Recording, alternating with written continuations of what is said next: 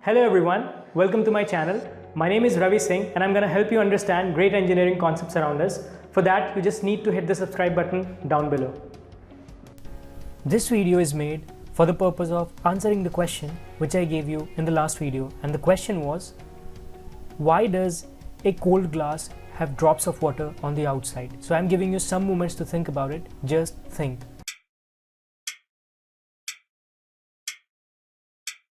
So first let us see what the pressure is.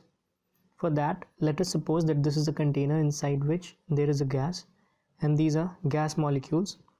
The striking of these gas molecules on any surface, here let us suppose that we are considering this surface. So these molecules will strike this surface, which is manifested in terms of pressure, that these molecules are imparting pressure on this surface, and this pressure multiplied by the area of this surface is what we call as net force on this surface. Shown here is a container containing a mixture of 5 different gases, and the gas molecules are shown with different colors. So the total pressure in this case of gas mixture is the sum of the pressures by individual gas species.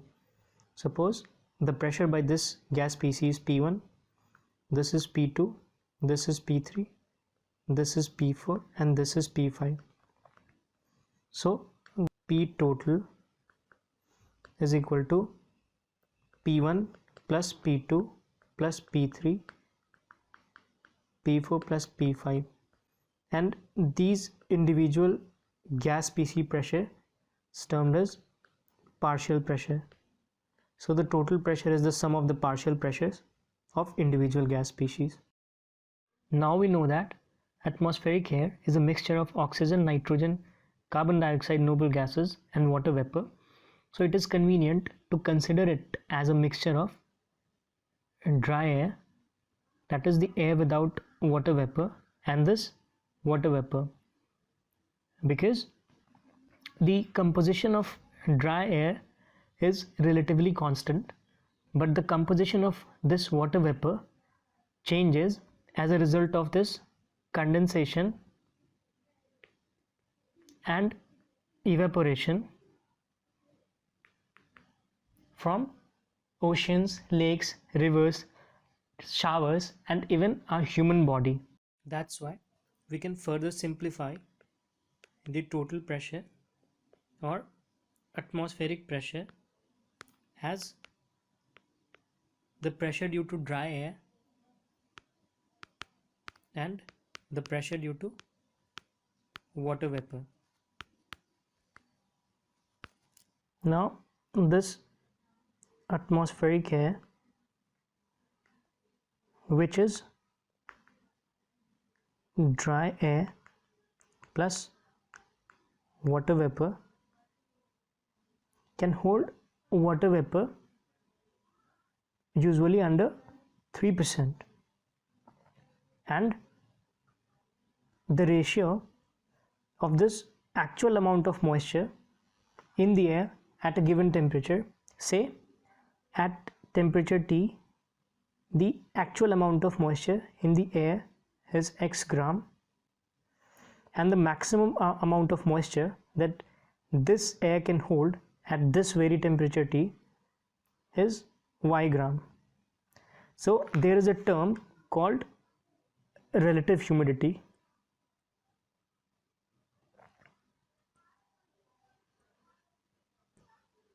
which is the ratio of this actual amount of moisture in the air at a given temperature T, that is X gram, to the maximum amount of moisture the air can hold at that very temperature T, that is Y gram.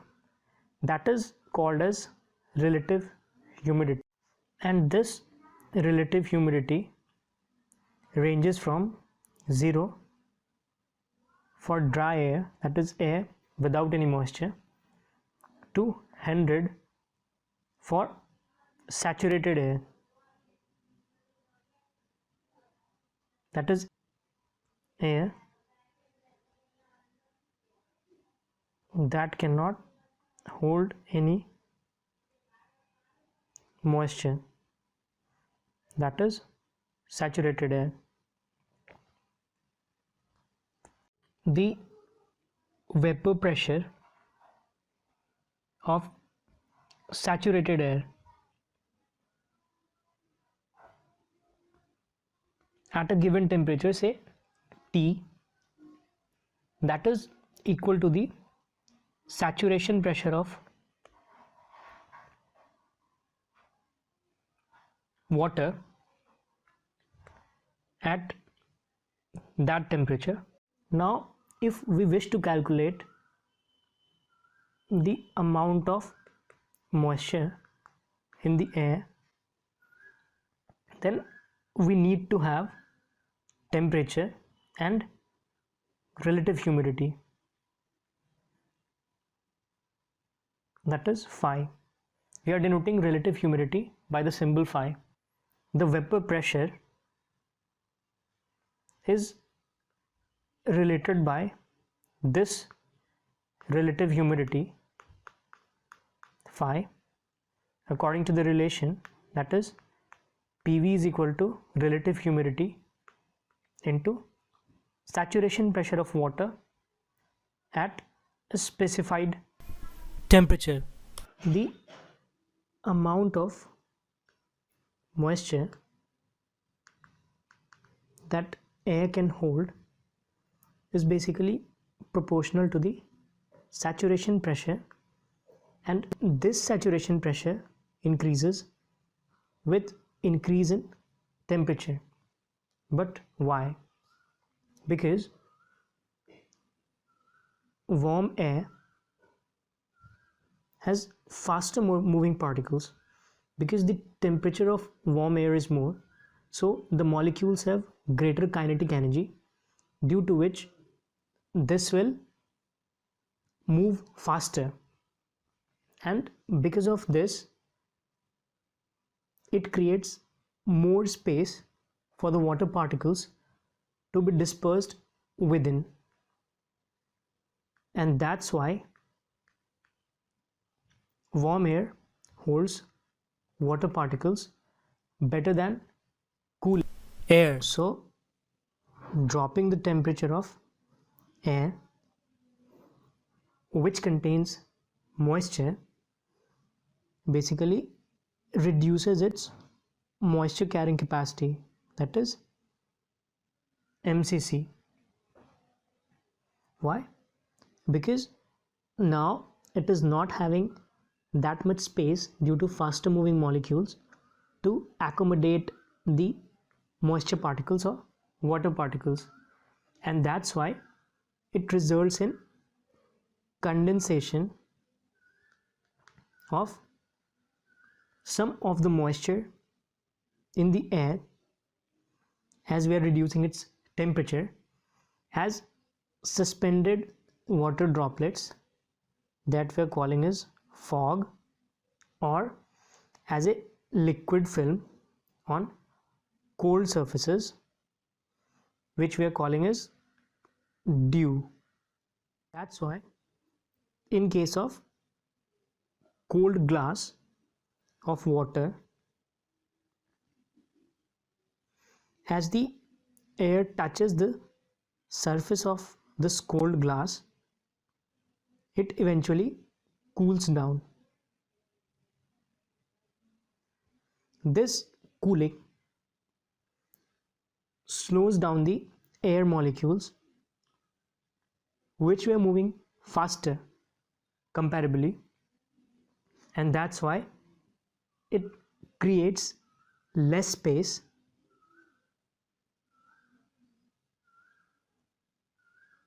and thus compresses the water particles closer and closer together until they combine and forms a bigger particle, due to which they wind up being deposited on the outside surface of the glass as bigger particles.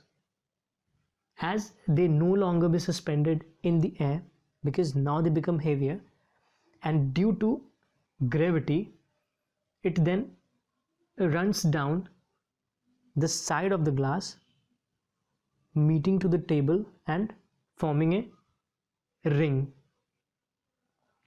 So the water droplets that appear on the cold glass is actually condensed water vapor from the air. It is not actually from inside the glass.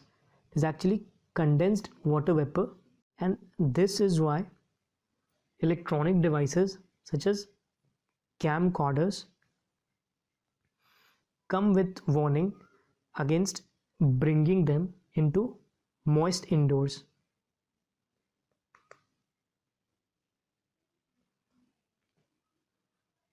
When the devices are cold, in order to avoid moisture condensation on the sensitive electronics of the devices.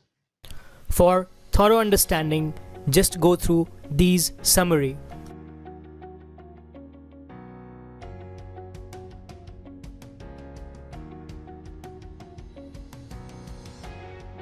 So again, I'm giving you a question to think about it, and I hope that you all will comment about it in the comment section. And the question is, why are there crushed stones alongside rail tracks? So just think about it and try to answer in the comment section. And stay healthy, stay safe, and stop COVID-19 by staying at home. Thank you. Exciting contents about science related stuffs in the form of news, videos, or articles. Don't forget to like our page Science Talk on Facebook, for which the link is given below.